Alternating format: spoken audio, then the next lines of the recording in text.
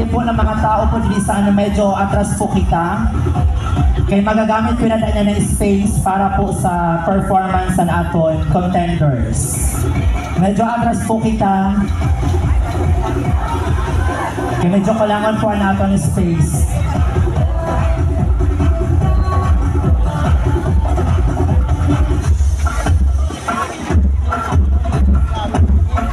Again po, medyo atras po kita.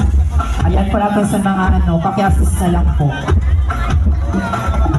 And ang atin po sa entrance, naagihan yan sa ating mga contenders.